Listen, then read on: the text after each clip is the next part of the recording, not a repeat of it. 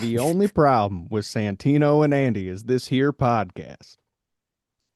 Well, howdy there, folks. Welcome to your favorite podcast about motion pictures. I'm one of your hosts, Andy Matzke, and I'm here You with your almost other threw up a host, hairball. You're like, I'm I'm your host. Blech. Andy Matzke, and that's Santino Vitale, and we are here to talk about the one thing that we love most, movies. More than sweet, sweet air. More than M- fried more chicken. than more than the planet itself. Yeah. Yeah, screw the planet. Just give me movies. Uh, put that on a t-shirt. Yeah. Um, we are two, I always say Ohio-based filmmakers, like that Hmm. is something, a point of reference. I mean, it is, It is. but it's not, It it means is, we're the lowest rung possible aside from maybe like Arkansas. yeah, And no one pays attention in the Midwest. So yeah. there's The your frame of reference, people. We're the no Arkansas film scene is not what it once was. That is for sure. no. Uh, does not quite garnish the respect that it once did. Um, It garnishes other things now. we are talking this week about the 2010 film True Grit, directed by, written and directed by Joel and Ethan Coen, with cinematography by Roger Deakins, starring Jeff Bridges and Haley that Steinfeld, there it is, Haley Steinfeld, Matt Matt Damon, Damon, Josh Brolin, Josh Brolin. and the guy with the funny name, who's it's escaping me now. It's like he plays the villain guy, has a funny name. Trust me, guys, it's going to be really funny by the Talking time about I Barry get. Pepper? Yes, Barry Yeah, Pepper. yeah. That is a funny name. So you recommended this movie to me, Hmm. and you're ready to talk about it. I am Um, too. I'm so I think on the outset, we have to acknowledge for those who don't know, my favorite movie of all time is No Country for Old Men, as of the mhm. recording of this podcast. And so I feel like it's almost an unfair advantage to talk about a movie that is the people who made my favorite movie then went on to make a very similar movie. Like Hmm. I started to think about it in that terms very late, like very, Hmm. very recently. Um, but it is kind of funny to talk about like so the people who made my favorite movie, a movie I think is near perfect, went on to make this film, which I think is it was so interesting to start off, is so different. Hmm. Even though on paper it's very similar, even features a same cast member. Hmm. It's just such a different film, and I think Yep. that's so interesting. It is, of course, a remake of the film True Grit with John Wayne from a while ago. Hmm. I wanna pull up a synopsis for those who haven't seen the movie. Ooh, here it is. A stubborn teenager enlists the help of a tough U.S. Marshal to track down her father's murderer. Hmm. Thank you, Internet Movie Database, In the for Old that one. West. It's Yeah, a in the Old period piece West. for those who have been living under a rock. And this Yes. this movie is based more on the book than it is the 1950s movie. So it's more faithful to the book than the John Wayne version, because the book is written in the first person, entirely from the girl's point of view. And so Oh that's wow. that's the point of view that the movie takes, which allows for a lot more humor as well, which we'll get to that, I'm sure, here in a little bit. But Yeah. Yeah. I watched this movie last night and I probably was the most committed to watching this movie that I have been of a movie we've talked about. I don't think Really? there was a single More than interruption. Prisoners? Because you were pretty locked I in with think Prisoners. I think more so. Maybe Nice. because Prisoners is a longer film, there was Hmm. more time, but I think percentage wise, I was all in. There was, I guess, and this is also true for Prisoners, there was a bathroom break Hmm. even with both of these movies. Man. Um, You Small gotta bladder stop Matsky. drinking drinking thousands of gallons of water before you watch a movie. Look, I You're gotta sitting say there hi. guzzling jug after jug of distilled water. You're like, I gotta get through this movie. I gotta stay hydrated for my exercise, which is sitting there watching a movie that I'm gonna talk Hmm. about. Um, but it this is a very interesting film. Yeah, it's a timepiece in the 1890s in Arkansas, Hmm. and and it is all in on that. I think if I had seen this movie a couple years ago, I would have like lost my mind. I think I would have like Yeah. gone. I if I was see for folks at home who don't know, I was a big fan and remain a pretty good fan of the video game Red Dead Redemption 2, Hmm. which is a which I used to call Cowboy Pew Pew. Uh, Cowboy Pew Pew. I was a big fan of just running around the Wild West in that game. And it's a very similar time frame Hmm. and almost very similar tone to this, which is kind of like silly character based Western Hmm. that takes dark turns out of nowhere. Um, and so I think if I had seen this movie in that era, which I don't know why I didn't. I don't know why this it didn't ever occur to me. It's Hmm. part of, they talk about you're stupid when you're young. That's something I don't get. If I loved No Country for Old Men as much as I claim, why did I never look and see what the next movie they made was? But anyways, you're young. We can make Hmm. mistakes, Well, we've rectified that mistake this time. but we've rectified this mistake. D do you want to guide the conversation, my good sir? What do you want to know about what I think about this movie? Well, I think as usual, what I generally tend to want to know in general, but also especially ones that I'm really looking forward to hearing about, like this, or like Evil Dead 2, or any of the ones we previously talked about, is I'm always looking for like when the movie starts, like the first 10 minutes of a movie is always like that's either the make it or break it. They always tell you in screenwriting, you've got 10 pages, and after that, you're not going to convince somebody to watch this movie. So the lights go down, the movie starts, we get that lone piano and that really long shot of just the dead man in the snow at the bottom of the steps. And we get her narration and all that. So just walk me through the first like few minutes and how you were feeling about it and what you were thinking. I think the first shot was neat because it's really obscure what Hmm. it is at first, and I was like, what am I looking at? And then I was like, oh, it's snowing. It's Hmm. cool because it's snowing today. Like yesterday was the first big snow. So I was like, Hmm. wow, what do you know? And then It's just like my life. there's a dead guy out in the snow. This Just is like just, home. yeah, reminds me of northeastern Ohio. But it's it's kind of this slow start. And I'll tell you when I went, okay, which is like one of the first shots of the movie is Haley Steinfeld on the train, Hmm. and there's the reflection. I'm a sucker for a reflection in in glass. Hmm. Uh, and I went, okay. And then it's those big shots of the town, and I'm like, this is very interesting. And the whole time, Leaning on the Everlasting Arms is Hmm. playing, and I'm like, this is interesting because I think this is the most Coen Brothersy Coen Brothers movie that I kind of have that I've made my way through, Yeah. to be honest. And so realizing those dials were turned up almost immediately because then she's talking with the coroner Hmm. and he's like, that would be all right. That would be all right. If you'd like to kiss him, it would be all right. Like it's like, what am I watching? And so I think there was a bit of like, I hope this kind of it doesn't just stay all silly, Hmm.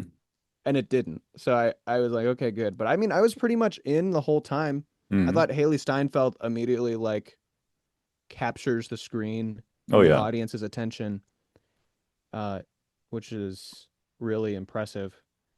And then I think, we once we meet Jeff Bridges, I think Hmm. I'm in, Yeah. you know, just the fact you have to like, I was gonna joke around and say that I think we should do this episode where we're barely intelligible because that's a lot of this movie is like, and I should have watched it with subtitles because I'm going deaf. but there's a lot of like what? Like full send of accents Hmm. and what is exactly is being said. And maybe like there needs to be like annotated subtitles with like this was this. Yeah. Yeah, their vocabulary was deep on this one. They really Yeah. went on it. I really, before Jeff Bridges shows up, we have the hanging scene. Did you catch Jonathan Joss, I don't the think Indian so. from Parks and Rec, Ken Hotate? Is is He's the that who Indian. He's that like, is? I'd like to say something. They put the thing over his face, like, hey, and then they just kill him. I mean, like that's the thing is this movie is immediately also like from 2010 and like not dated, but Mhm. they could get away with making funny jokes more so than they could now. Oi.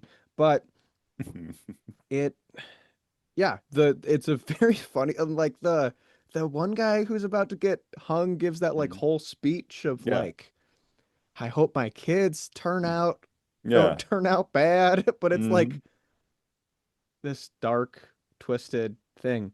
So yeah, I'd say it has my attention and then like I think when Matt Damon's character shows up, it gets a little weird. He's just weird. LaBeef.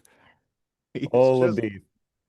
he is just odd, man. The Texas Ranger. See, when they I mean, introduce in fact, this movie's really great at I'm LaBeef. introducing characters. Yeah. Yeah.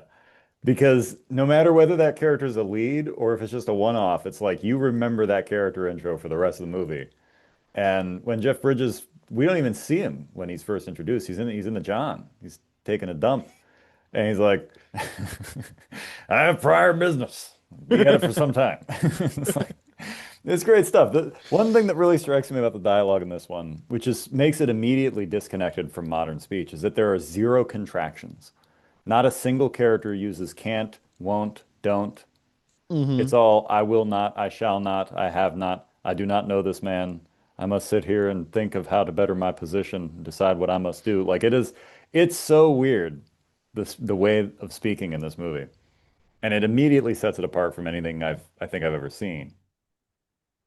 So yeah, so we follow Haley Steinfeld around. She trades for some horses and then trades again and then gets a new horse. And there's this whole thing with that guy, Oh drives my him up a gosh. wall.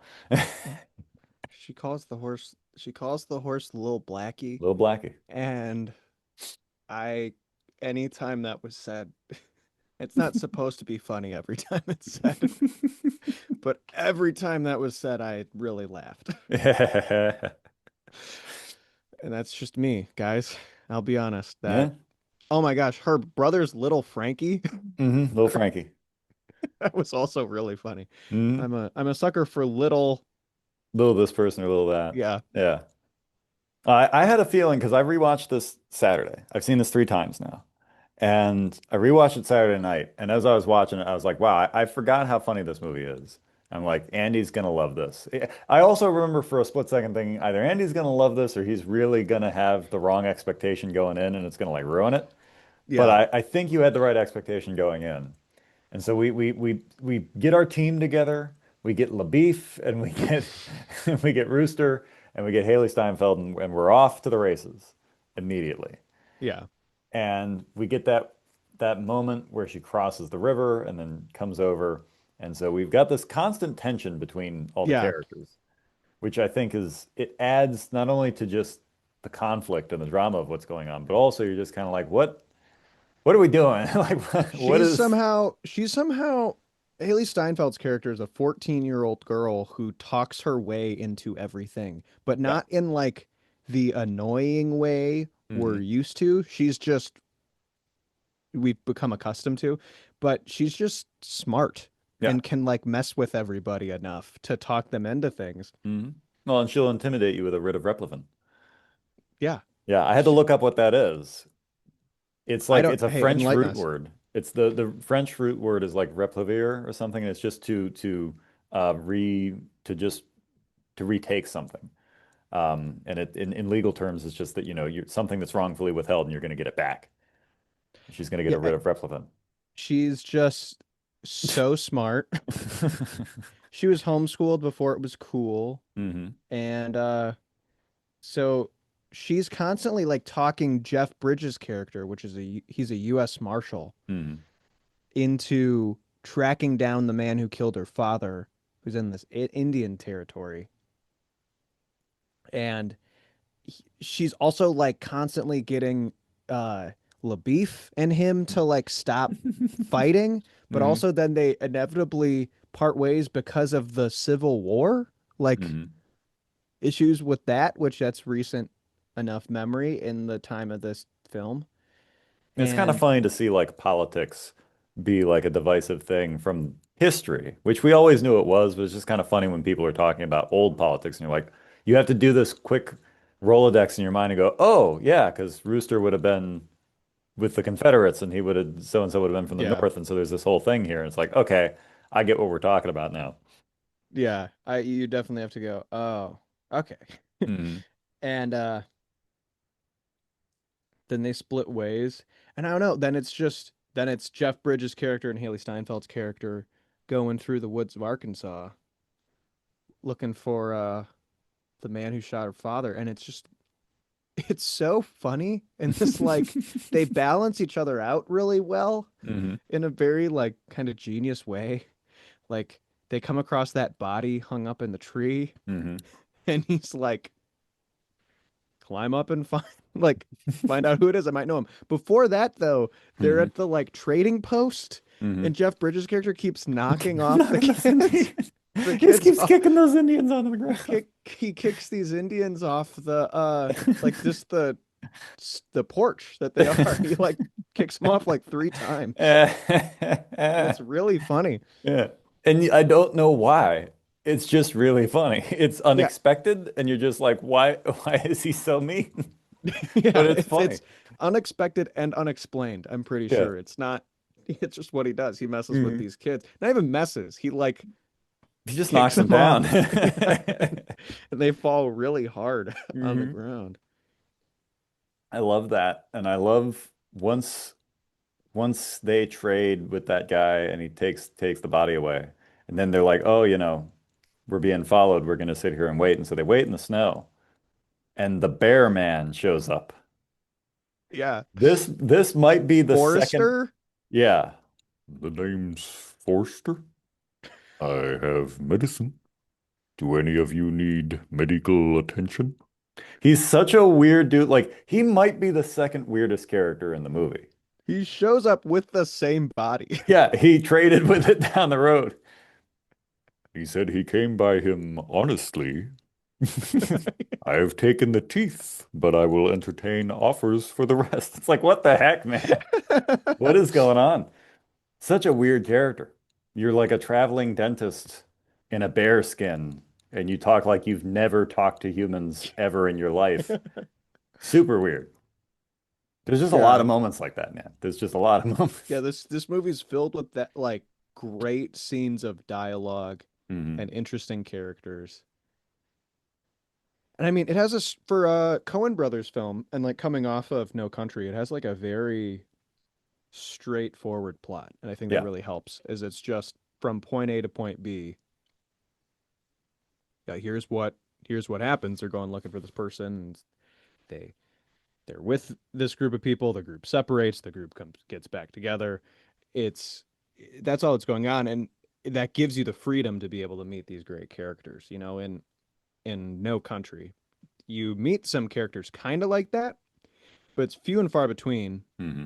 and they're way more a supporting role. And that's kind of I was telling Dad, like I feel like the Coen brothers uh style you crank up a bit. You're kind of tuning a bit in between this and No Country, and you just this movie leaves way more room for moments like that Hmm. to just kind of happen instead of having kind of more normal Well, just all characters. plot, basically. Yeah, it's you have these characters, and that's super.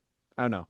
It's fun. It's different. It is different Hmm. enough where again, like not trying to not compare these movies for the sake of like, well, one does this thing really good, and Hmm. by comparison, but just saying relative to each other, they have way more of these like funny moments with Yeah. random people they meet. Hmm. Well, and you see tonally speaking, when you're looking at No Country for Old Men, it's basically it's a thriller. It's a cat and mouse thing.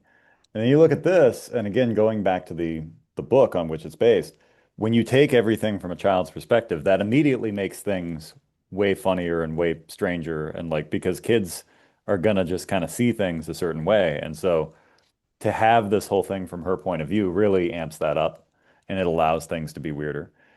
Additionally, going back to what you were talking about when it comes to the actual plot, like what's actually happening in this movie is very simple. If you graph this out, it would almost be boring just to look at. It's like they were going to go look for him, they looked for him, they found him. The end. Like that's really Yeah. when you look at it, that's it. But it holds your attention surprisingly well because it just keeps giving you new things. And like so then they make it to the shack where those guys are holed up in there. And that's like a really tense scene because you know something's about to happen. But and that's Domhnall Gleeson who gets stabbed in the chest and gets his fingers cut off. Yeah. So Yeah. I was like, is that the guy from Star Wars? And it is. It's the guy from Star Wars. yeah. Um, that's a really unexpected moment. And the thing is, even though I've seen this 3 times now, I remember him getting stabbed in the chest. I forgot his fingers get cut off first and he screams like a girl. That completely caught me off guard, even though I've seen the movie before. So there's like these long It's moments of also really tension. violent. It's a It's super violent. PG-13 Yeah. movie, and that scene does not feel PG-13. No, it's Like, big bursts of violence after like a lot of just tension, and then also because you have the comedy in there, the contrast is really striking. It seems more violent or darker because you just came off of something funny. yeah.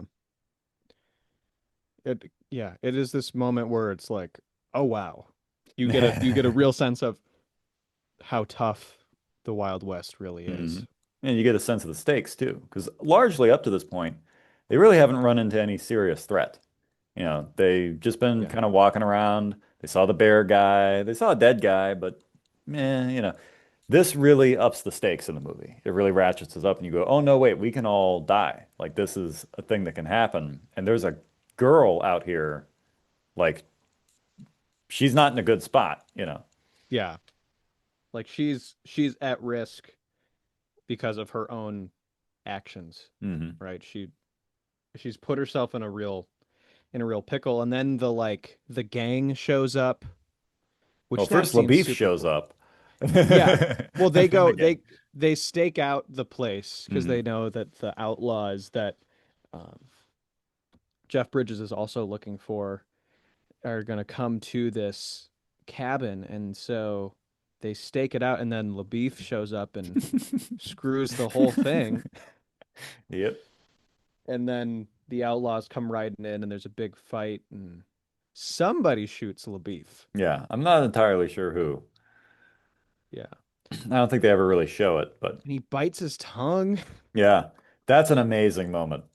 He's reaching his hand in his mouth. Yeah. He's like, "You think it'll knit, or I can just rip it out for you." He's like, "No, no, it's good." He goes, "Okay, no, no, no, I can pull it out." It's like, "No, it's let it go, let it go." Yeah. That is just, yeah, that's a moment right there. hmm And he's still talking. Minutes after that, you've been shot, drugged through the mud, almost bit your tongue clean off, and you're still talking. He just can't seem to shut up for very long. Well, that's just it's part of the thing of this movie, right? Is there's these incredible characters, and yet it seems so, I don't want to say grounded because it's such a silly movie, but there's a hmm level of realism to it hmm where there's people like that. Like hmm we've all met people like that who could get shot clean hmm through and yeah, almost bite off their tongue. hmm And yet the second they're upright, they're like, yeah, Well, I've see, the oh thing is, you got to know about the Texas Rangers. I love how butthurt he would get about like anytime somebody'd say anything even slightly unflattering about the Texas Rangers, he'd start getting real butthurt about it. You could see him like he almost yeah. looked like he wanted to cry a couple times. He's like, no, let me tell you. And it's like there's a childishness to like what's so funny about this is the girl might be the most adult character. And Yep. all the adult characters at various times in the movie have almost nah, yaha, like those kind of arguments with each other. And it's classic to me. Like it's really funny, which is crazy because this is a period drama. And I know we keep saying it's hilarious, but it really is. Yeah. It's I mean it is It's well there are balanced. moments. Yeah, it is a well balanced period drama, balanced with some like genuinely really funny moments that somehow like the tone remains Hmm. the tone, which is I think you were saying like is kind of perfect. Is that this like it's this realistic like there's a level of realism and naturalism Hmm. uh kids movie about a kid Yeah. like Wild West kids movie Hmm. where like in a weird twisted way this is any kid's dream to be like Uh-huh. out hunting outlaws, but then it's also like awful. Yeah. Well, here's the And it, reality of that, you know. mhm. What was with Hollywood in the 2010s making westerns, by the way? Everything goes in cycles. There was this and 310 to Yuma and a bunch of other stuff. And Westerns were just a big deal from like 2008 till about 2013. It didn't last very long because Marvel started to take over by that point. But Well, in like Million Ways to Die in the West, is it? mhm. It's from around here. They all kind of look the Magnificent same. Seven, I just don't get it. Like, why? You need to. I need an cycles. answer. Hollywood goes But in why cycles. It's was this the cycle? We hadn't had any real Westerns since basically Tombstone in the 90s. So we had a solid like 10, 15 years between it. Everything generally runs in 10 or 15-year cycles. And another thing that generally happens is Hollywood tends to bid on scripts in waves. So like that's partly the reason why in the mid 2000s we had a bunch of magician movies. And then, in the late 2000s we had a bunch of westerns and we had a bunch of zombie stuff. And like it's whatever Hollywood thinks is going to be popular. And like right now there are two Frankenstein movies out. Hey, And that one the second one one comes out in like it comes out next year, by the way. yeah, it comes out next year. But they Which that one looks it looks so bad. terrible. It looks horrendous. But it's Frankenstein. And Hollywood has a tendency, like if a script sells and Hollywood finds out that it's being produced, then they'll go, well, maybe they know something we don't, and then they'll buy up other similar things so that they can get in on the action. So they're always trying to capitalize on what everyone else is doing. So I imagine that's partly why we got our Western revival, our very brief Western revival. Yeah. It Because just fantasy movies were a huge thing in the early to mid 2000s because Lord of the Rings and Pirates of the Caribbean came out like one right after the other. And so then everybody was like, fantasy movies and plus Harry Potter. Like fantasy was huge for the first like 5 years of that decade. It was massive. You just yeah. didn't see that with Westerns. Westerns kind of just were hit or miss. And there's still some Westerns. They're big in the indie scene for some reason. Even though period pieces are harder, I think it's just because you can go out in Arizona to old West towns that are still standing. You don't have to pay for sets. And as long as your wardrobe and your period pistols look right, you can pretty much get away with it because there was what was that, Burrowers, which was like 2013. There was The Wind, which I think came out in like 2021, which is a like prairie Western horror. Bone Tomahawk, which is a Western horror. There was Cowboys versus Aliens in the mid 2010s. So Westerns have kind of come around and then they just kind of exist kind of on the fringe. They still get made every now and then, but there's not a big demand for them. Hmm. I don't get it. I don't get it. That's like So, probably what I get. I just don't know. I need a book. I need to read a book on this because I need like the big like here's where America was, where they wanted westerns. well, I mean, and I'm not hating on westerns. It's mm, just it's weird there was like this digital camera revolution western mhm.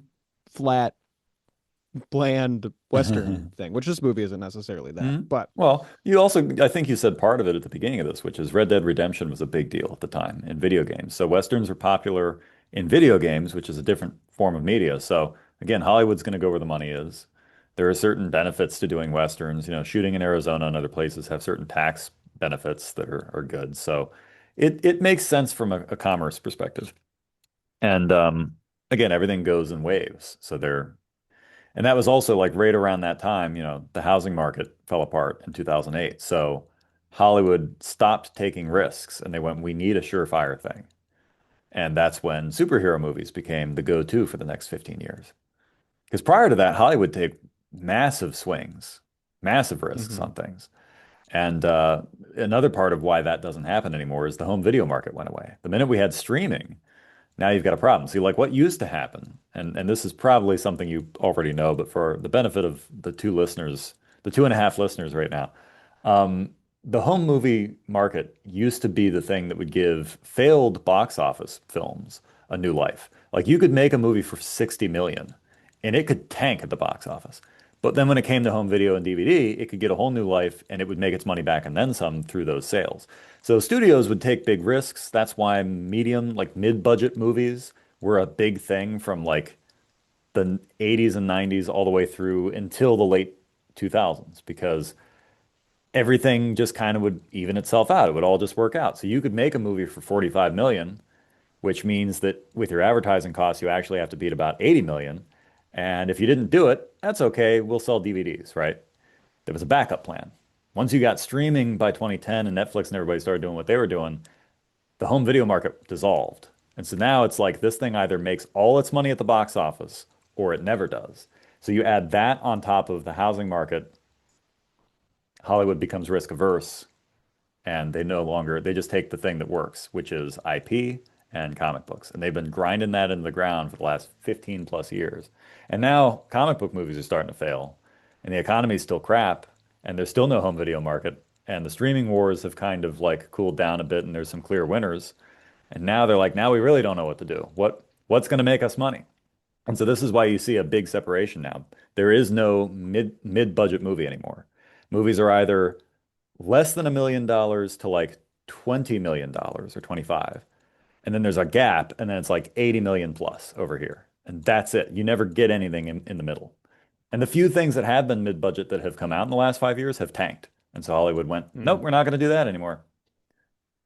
What was Weapons budget? Do you remember off the top of Weapons your head? was close to mid-budget. I want to say it was like 35 or 40. And it did well. So hopefully that kind of teaches them that mid-budget can come back. Yeah, it was 38 million, which by the way is exactly the budget of the movie we're talking about today. For a Wow. period piece Western with big name actors, 38 million is not a lot to work with. And in fact, that might be the highest, well, no, it might be only the second or third highest budgeted Coen Brothers movie ever. They generally work below 30 million. In fact, they generally That work below 25. yeah, that's wild. I remember I was looking at some behind the scenes thing for this movie, and they were talking about how they tend to not get large budgets, Hmm. which is kind of crazy because they're the Coen brothers, Yeah. and they had like just won an Oscar for Yeah. Best Picture. So, They both tend to not get big budgets, but they also tend to just make things cheaply because they know what they're doing. They're very shrewd. And you also have to understand, like, as we go through more of the Coen Brothers catalog, you'll start to kind of see what I mean. The Coen Brothers really didn't become the Coen Brothers until Fargo. Up to that point, they had a series of just swing and a miss, massive failure, big flop. Nobody knew what they were doing. Critics would praise them 1 minute and then trash them the next minute. Nobody could understand what they were doing. And the funny thing is, if you look back at their filmography now, it becomes very obvious what they were doing. And what they were doing was they would make a drama, and then they would make a comedy, and then they would make a drama, and then they would make a comedy. It's always been that back and forth, except no one could figure it out because their very first movie was who Blood are these Simple. guys? Yeah. And they critics loved Blood Simple because it's like this dark noir, like neo-noir masterpiece, quote unquote, from, like 1984 or something, I want to say. And so critics were like, these guys are geniuses. They're brilliant crime auteurs, right? And then they followed that up with Raising Arizona, which is going to be on your list. And that one reviewer said was like an episode of Hee Haw directed by an amphetamine crazed Orson Welles. So it's just a straight up hillbilly comedy, and nobody knew what to do with that. And then after that, I think they followed it up with like I think it was Miller's Crossing or something else, and it's like serious drama again. People are like, "Hey, the Golden Boys are back," and then they did a comedy again. They're like, "They're idiots. They don't know what they're doing." And this Yeah. went on until Fargo, and then people were like, "Oh, we get it. It's comedy and drama." Who'd have thought? That is that's really funny. I kind of want to, yeah, I have to look into that more for sure. Yeah, we're definitely going through the Coens filmography. I mean, to at least the extent that we can. Um, I think you're going to be a Coen Brothers guy I mean, to from be what I'm feeling. Yeah, to be fair, I've liked a lot of what I've seen from them Hmm. and kind of like tonally I've been I've been there. And I mean, I know that's to say, oh, and I guess I misspoke because No Country was several movies af or before Hmm. True Grit. But still, Well, and they're both adaptations too. They're not original yeah. Coen work. But it's I know there's kind of there's a lane. Yeah, and they're very good at adaptations. I Hmm. think, they're very precise filmmakers. I know that much. They don't Hmm. they know what they want. Yeah, And I think there's a lot to be said for that. That's probably why they can work cheaply too, is exactly. they know exactly what they want. Hmm. And And rumor has so, it they only do like a few takes. Like their cinematographer will often beg them to do more takes. And they're like, fine, but we're going to use take two. Like they rehearse and they shoot and they're like, let's go. Like yeah, it's pretty straightforward. that's great. What you want to know something? Hmm. I wasn't sure, and I didn't know for sure this was a Roger Deakins film Oh yeah. till the credits. And I think that speaks to his work better than that's a compliment to his work and not Hmm. a discredit to his work. Yeah. Because I was watching it and I was like, I don't know. And like I said, I was not on my phone. I wasn't Hmm. gonna look. And even at times it's like, I don't think so. But then again, I went, oh my gosh, it was. Yeah. Wow. He tends to be a bit of a chameleon for especially with Cohen's. He tends to do a style, and we've talked about this before, doing a style that fits the movie and not trying to fit the movie to a style. Yes. Like, And that's like, yeah, I was telling my dad about that too. Like, it's not like you go, oh, here's these four characteristics of a mm, Roger Deakins movie.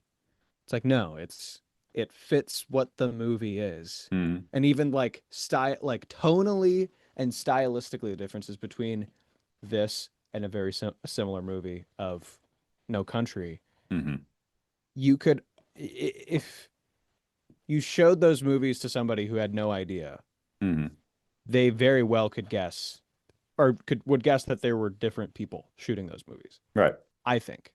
Like I'm no expert, but it's not like, oh yes, this is it's because it fits the movie so much better. And so I think an example for me to try to like get this across to our listeners who haven't seen the two movies or maybe haven't seen the two movies recently or have seen the two movies and have no clue what the heck we're talking about. Or who have seen Um, the two movies and really could go for a snack about now, but they're afraid they're going to miss something really good. yeah. Well, you're not going to believe this. We'll be right back. No, it's with a movie like No Country, it's a very dark film, Mhm, tonally, and the color palette of the film is just so happens to be a lot of dark, but mhm, also high contrast. This movie is not always high contrast. I'd say it's like when it fits, it is. But in other scenes, it is just pretty plainly lit mhm. and kind of generically so. It's So very almost like, stark. yeah, it's and instead of a movie like No Country, which feels almost um painterly at Mhm, times, very minimal. Maybe that's the right word. Painterly and minimal are different things, but very minimal. There's like a light. mhm, This movie, there's scenes where maybe there's a light, but it's like a very large source. mhm. So you're just getting a ton, which It's that's a more very, Hollywood. yeah, it's a more Hollywood movie. Mhm. That's a great way to put it, Mr. Santino. Kudos. But this movie looks more Hollywood than No Country. Mhm. And so, For a but it's the same movie guy. with grit in the name, it's not as gritty as you would think it would be. No, A it terrible, is terrible joke, but no, but like for real, if you're like, oh, it's gonna be dark and gritty, it's not real. Like yeah. it's not even close to the darkest, grittiest Mm. uh Cohen movie. Yeah. It So feels almost very like golden era Hollywood. Like that it almost feels like they went, we're going to adapt the book, but we're going to take some cues from like the 50s adaptation visually. Like we're going to present this more Hollywood. It's going to be a little brighter, a little more polished, bigger sources, softer light, warm color palette, sillier characters. sillier characters. Yeah. So we get along, and LaBeef is back, and then there's another falling out, and Jeff Bridges is drunk, and they're like, the trail's gone cold, we can't find him. And then lo and behold, she goes to get some water the next day, and there he is. She found him. Now, up to this point, you knew Josh Brolin was in the movie. Did you forget he was in the movie? Were you expecting him to be the villain? I was expecting him to be the villain. Okay. I Did you mean, expect him to because be stupid with a monobrow and like as weird as he was? Because I did not the kind first time I expected this. kind of, but I think the movie makes some mention of the fact that this could be an act that he does. I think Mhm. LaBeef talks about that, Yeah. and it's like very clear that then it's not an act. No, And it's he's a like, moron. yeah, he's kind of just a dumb, mean guy. Hmm. And it is like, whoa. Well, first of all, she meets him and then shoots him Hmm. because he, speaking of him being an idiot, helps her with shooting the gun. Yeah, it's like you He's like, better cock it all the way. I and did not think you would do it. He didn't think she would do it. yeah, which Also, the voice that he's affecting. That voice is incredibly stupid and amazing. I don't yeah, know if that was his idea. It was great. he executes it wonderfully Yes. And for he sure. even his posture is kind of weird. His knees are always kind of bent. I think they gave him some fake teeth or something. He looks like a total stooge. It's amazing. Yeah, Hair's a mess. and he does it, and he's the villain of the movie. Yeah. Who you've been searching for this guy who's just kind of an idiot Yeah. the whole He's not time. really the big bad. He's just dumb and violent, but sometimes those are the most dangerous ones. Yeah, and like the uh the guy whose name I think is funny, he Ned. plays, yeah, Ned is like th also the big bad, but Hmm. he's like level-headed Yeah, he's more and kind of intelligent. he's more intelligent, and he kind of strikes up a deal Hmm. with Haley Steinfeld, and you're like, is this guy that bad? Right. But then yeah, it's yeah, that's my whole point. But he's played very straight, and oh my gosh, the part that really got me I know it. I knew is it. it's Farrell. Is that his name? The weirdest character. Remember, I said Bearman's the second weirdest character. Yeah, This dude Bear, is the weirdest character. a guy. So after Anna, is it Anna? I said that like I know. Is it the character's name? Question mark? Uh, Haley Steinfeld's character. You think we'd I one would of us think I would should know? know her name because it's her character through the movie. I just always referred to her as Haley Steinfeld. Uh, Maddie. Maddie. Maddie gets taken Hmm. by the big bad Ned, who almost shoots her in the face, holding her Right. down by his foot, and it's this like very serious moment where you think our heroine is gonna die, and then he picks her up because Jeff Bridges' character leaves, Hmm. and you're like, that double crossing. Well, he's not double crossing, but that Hmm. coward. Yeah. He's not gonna help save Maddie. And then Haley Steinfeld gets up, starts walking away, and from behind a tree, Little fat dude. a little fat guy Hmm. starts Hmm. making like turtle dove sounds. And turkey noises and Yeah, like yeah, and that's it. yeah, he's just running around. I think he's even doing like the chicken wings. Yeah, And he's making bull sounds he later. starts. Yeah, Yeah. No explanation for that guy, by the way. never. He's in their posse and they just kind of ignore him. They're like, "Yep, that's what he's doing." And I think I laughed out loud the hardest at that moment, where I was just like, "What was that?" Yeah. Again, I don't know. And you see, that's one of those weird things. If we were on set and like you were Joel or Ethan, like you were one of the directors, and like I was one of the actors. We were doing something like, okay, and we're going through the script, and then here comes this guy, and you go, and then that's when you person over here, you're gonna make these chicken sounds, and you're gonna do this, and it's gonna be great. I think everybody on set would look at each other and be like, "We're gonna do what?" And you're like, "Oh, don't worry about it. It'll be great." It's like, It'll isn't work that itself like? out. I mean, I get this has got some comedic moments, but isn't that a little much? And they're like, "No, it'll be fine." And the weird thing is, it is like.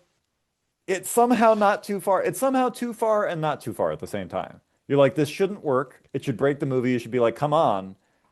And yet you're not. You just kind of It go, well, it it feels works. like it's out of Adventure Time, is what it feels like. Like there's no other way to Yeah. describe it. Like it feels surreal. The Yeah. movie hits this surreal point where she's just stumbled across the guy. This Hmm. serious thing's just happened. Her companion through the whole movie has just left her, and bird sound guy. Yeah. Like what? I guess is he just like crazy and he just happens to be in Yeah, their posse? I I think guess like so. that's what I was putting together narrative wise, where he's like somebody's brother and they're like, well, we got to bring him with us. Because I mean, technically, Josh Brolin's character's an idiot too. He just doesn't make weird noises. You're like, really, half of your posse is kind of useless. Yeah, Like Ned seems like he knows what he's doing, and there's like a priest in their pot, he's got like yeah, the thing, the collar. yeah. Is that supposed to be the guy from Star Wars' brother? Because the guy from Star Wars, you know who I'm talking about, Yeah, got yeah. his fingers chopped Got off, Domhnall talks Gleeson. about Yeah, his brother's a circuit rider. that must be the guy. I didn't put that together. There's just even a moment in that where he's dying, and it's like, should I tell him you were like a criminal? And Hmm. he's like, it doesn't make a difference. Something like that. It's like a really funny, Hmm. anyways. But yeah, and then we are the the gang leaves, but Hmm. leaves behind Josh Brolin Yeah. and Haley Steinfeld. It's And like you're like, that thought experiment where they're like, you've got a bag of birdseed, a chicken, and a fox, and you can only take two across the river at a time. And it's like, why would you leave the chicken with the fox and take the seed? Like the fox is gonna eat the chicken. And that's what they did. They left the fox with the chicken. And she's like, he's yeah, gonna kill me. And they're like, ah, he won't, or you won't get paid. And then like they leave. And then he's like, everybody's against me. I don't like this at all. And then he's like, I'm gonna kill you anyway. Super yeah, weird. I also love that LaBeef shows up, hits him over the head with a rock, and then like they just kind of turn their back on. They do the mistake that everybody does in a slasher movie where they're like, he's not getting back up. And then they just turn their back on him and start doing their thing. And I'm like, he's getting back up. yeah. And he does. And there's that shootout down there in the valley with Ned and Rooster, which is kind of suspenseful. And then, you get that great shot Well, yeah, where he that's what shoots. happened. Yeah, and that's what happens. And then yeah, you're right. Hey, go continue. Oh, well, okay, yeah. He shoots him. And I love that we hold on the wide because you just see these two tiny figures in the distance. And you know the gun went off and you're like, did he hit him? Did anything happen? And you just see the guy slump off the horse, and you're like, "That's a great shot."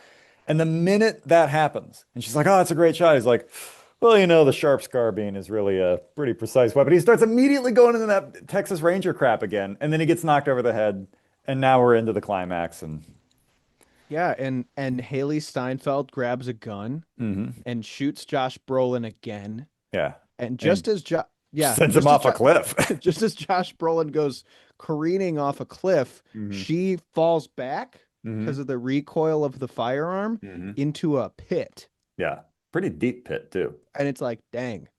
She does, whoever the stunt woman was, does a pretty great tumble there. Like I'm sure most of those rocks were foam, but still, like there's a couple moments there it looked like you could have easily broken your neck. It's like bam, bam, bam, end over end. And then she's down there and you're like, oh, she's alive. Hmm. And there's a corpse down there with her and it's got a knife and her legs are caught up in the brambles Hmm. and she goes to pull the body over and it gets kind of torn open Uh-huh. and there's snakes in the body Yeah, not what you want to see. and those snakes come crawling over Hmm. and all over her. And just then Jeff Bridges shows back up. Hmm. And starts shooting his gun at the snakes, which in a cave is incredibly loud. Let me just say, the first thing I thought of when I saw that moment was I used to have to throw glass from the frame shop away in the compactor. And in order to do it, the glass was like about 150, 180 pounds plus worth of glass, sometimes more. The one day it was like 200 plus. And so the only way to get it in the compactor is Basically, you had to, Santino's super strong. well, no, I had to put it on like the forklift and lift the because it was in like a trash can. Anyway, I had to lift it into the compactor, except the compactor has like an 8 foot throat to it that's just horizontal. And then it goes into the compactor. So you have to basically crawl in there with the trash can and dump it all in. And it takes two hands to dump it in. And so the very first time I ever did that, I'm standing over the pit where it goes and I dump the glass in. Mind you, this is a full trash can full of glass shards in an echoey metal chamber. And it was so loud. It wasn't just that my ears were ringing. It was like those moments in like war movies where like you're shell shocked and all you hear is "Eh," and nothing else. My ears did that for like 5 minutes. I couldn't hear anything. It was kind of scary. And that's how loud that was. And all this to say, you go into a cave and just start shooting off a 40 Colt 45, like nobody's gonna hear anything for like a solid day. But anyway, continue. And then while she's down there, she gets bit in the hand, hmm which is no good. No. I'm glad they And then didn't, it was kind of cool that they didn't show the bite. Like you look over at this snake and then you just hear like a musical stinger and you look over and he's already bitten her. And that's kind of cool because it's like it kind of disorients you to like how quickly things are moving. And you're like, oh crap, you know. I don't know. I just thought that was cool. and then and then he Jeff Bridges cuts the wound and sucks some of the poison out. hmm And then we have like quite possibly the second weirdest scene in the movie, which is them riding back. hmm And I then from that point on the movie was like, what? Well, not the whole time, but I hmm really was confused during that scene because he was riding off in the distance. Well, not Josh Brolin guy, question mark, was riding off, and they're riding and they're riding, and then the horse, little Blackie, hmm like collapses and he shoots little Blackie, Yeah. which seems a bit much. Well, the horse is literally going to run himself to death. So at that point, you just have to kill the horse. I guess so. Yeah. When horses break their legs or anything else, they just kill them. There's really no, it's literally expired its use. So, I and guess horses that's can fair. run themselves to death. They absolutely can. And So, then they go to the same trading post and then fade to black. hmm And then fade back. And it's a time jump. I was Yeah. not expecting the time jump at Yeah. all. She's only got one arm and she's like old now. hmm Which it says is 25 years later, which if she's 14 would mean that she should only be like 39, but she looks like she's about 50. So I don't know what, It would be what? We just said the time jump was like 25 years. yeah, It's 1915. it's the early 1900s. But she looks way older than 39 or She 40. looks old, man. Yeah, I don't know what the heck happened. And we kind of like wrap up the story there. hmm And with Barry's that, she's rooster never, and the family yeah, plot.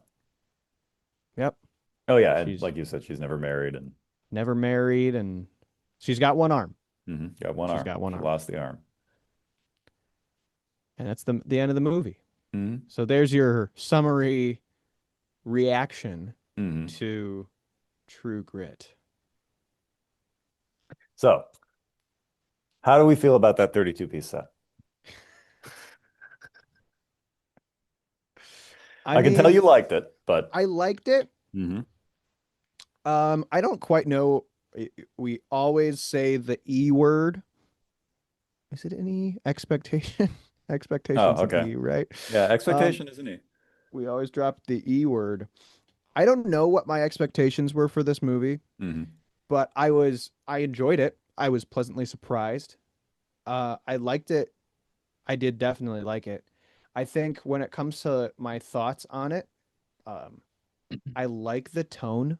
hmm The tone is fun. I think the fact it's such a straightforward movie hmm makes it a lot, like we've talked about this, like it's about the characters over everything. hmm And like that's fine, like that's fine. That's good. And because the characters are well executed and well done. hmm Um, I think it's shot pretty darn well. It's an enjoyable watch. Uh, the soundtrack of the movie is really interesting. I feel hmm like it's either Leaning on the Everlasting Arms or it's like classic Hollywood soundtrack.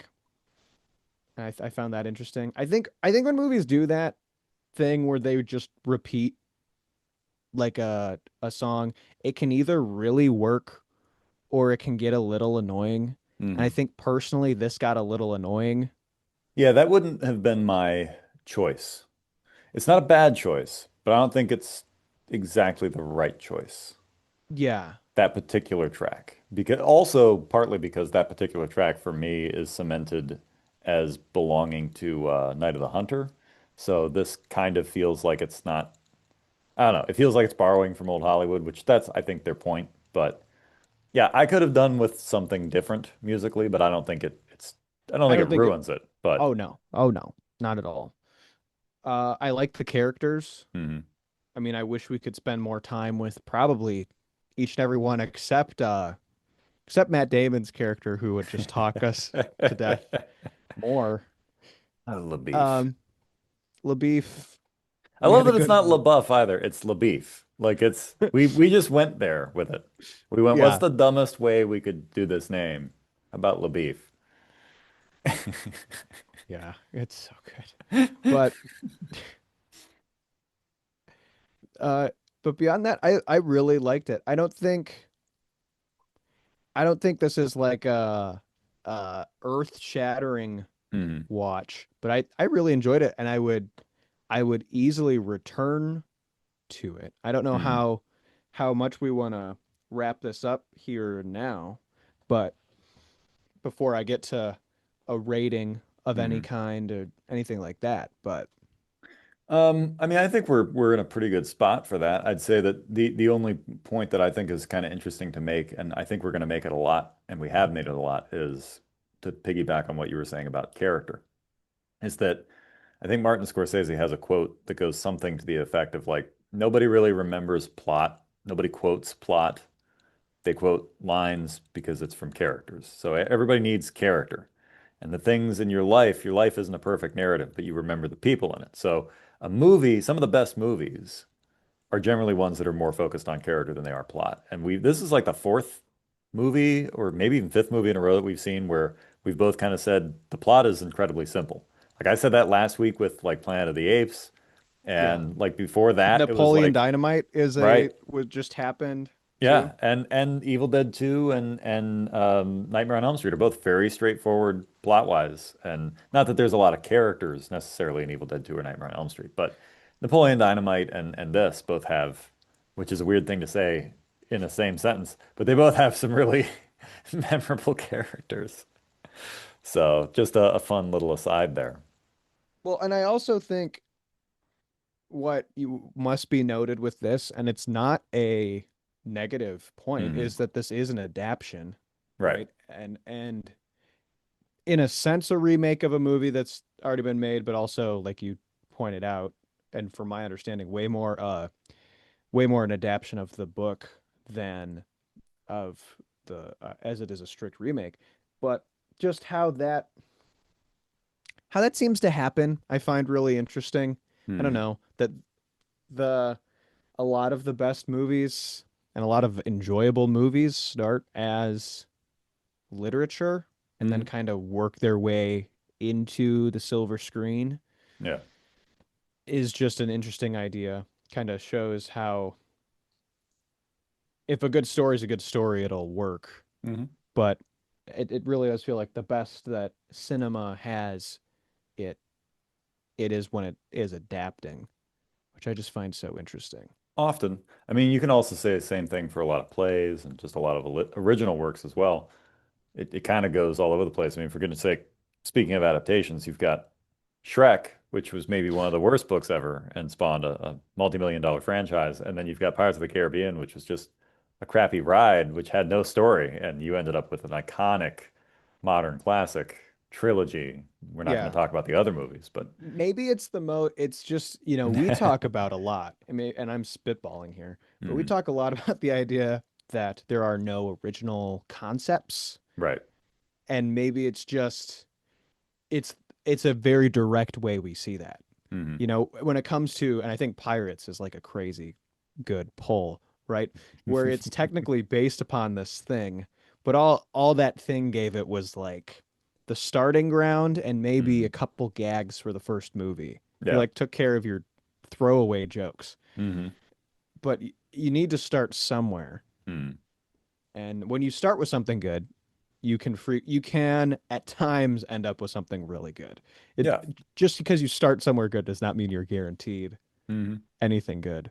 That was the thing I remember seeing. Bruce Campbell did a relatively recent thing. I think it was for Vanity Fair, where he like see if Bruce can remember his lines from all his movies.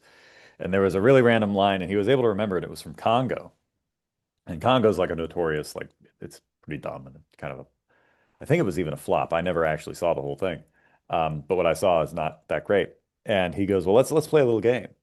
And he's like, let's play Would You Make That Movie? He goes, it's a best-selling book by Michael Crichton, who also wrote Jurassic Park.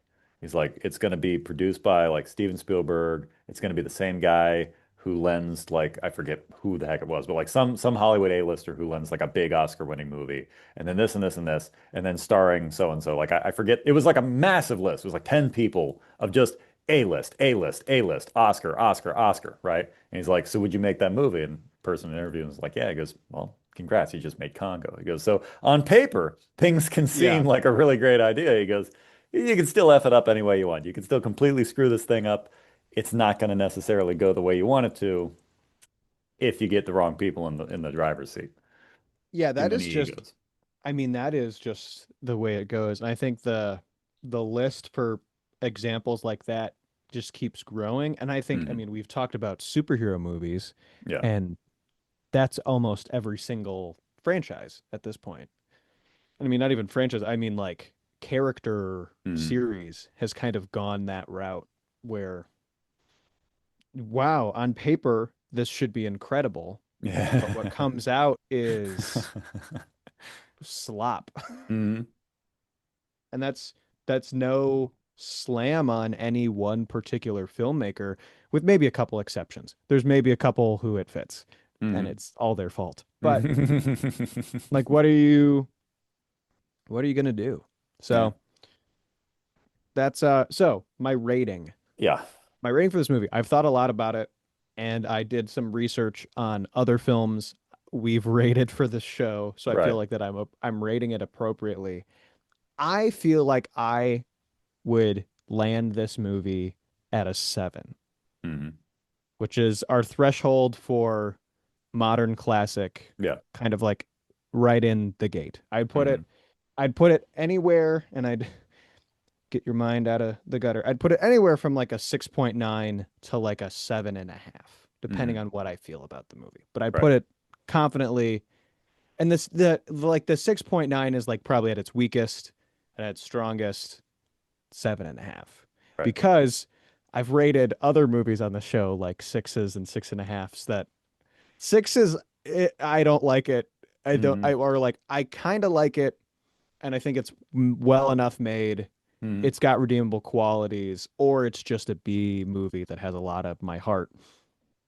And then 6.5 is like, okay, we have something here, right? Like Hmm. that's Nightmare on Elm Street. Yeah. I Most think I movies are gave, 6.5s. yeah, like we actually have something here.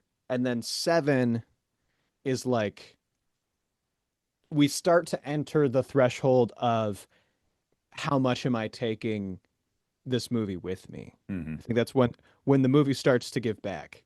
Right. And I mean, and this is for good movies and not so bad it's good that, Right. enters. That's a whole nother thing that we demonstrate here on the show all the time. But I think when it comes to well-made filmmaking that I'd hope to emulate in some shape or form, Hmm. this movie falls under that for sure. So Now, remind me, what did you do? Do we remember? I can't remember what you rated Napoleon Dynamite. Was it in the um sevens?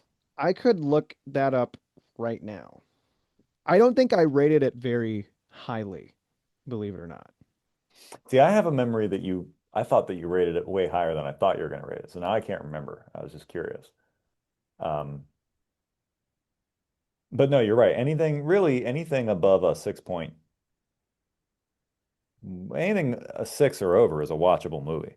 Anything under a 6 starts to become kind of goofy. Anything under a 5 is pretty much just a bad movie. And then you get into threes and ones and twos, and you're in Neil Breen territory at that point.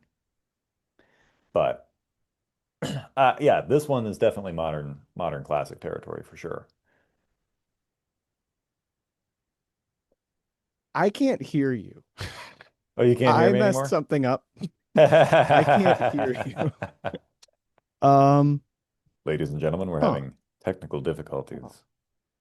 Maybe your earbuds Huh. just died. Maybe that's what Just give happened. me just this is a new thing that happened. There, wait, Ah, there we are. There there you we go. So what was it?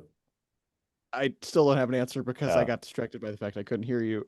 I thought And maybe I your AirPods had lost power. no, they just connected to my phone. I said, so here's the thing. I gave it a subjective rating Hmm. factor, and this is objectively, yeah, I think is a lower rating. I'm reading the transcript.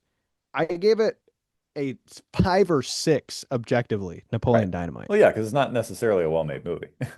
And but my subjective, I now just lost where that was. I'm really bad at this, guys. Ladies and gentlemen, we're experiencing technical difficulties once again. Um, Listen to the soothing sounds of my voice. If you what can feel, I can heal. I'm Hello, really gonna. Seattle. Little Fraser Crane throwback for you. There we go. Um, Star rating. That's tough. Objectively, here's the bias. Just don't watch Nosferatu. Oh yeah, because I had just seen Nosferatu when we were talking about that.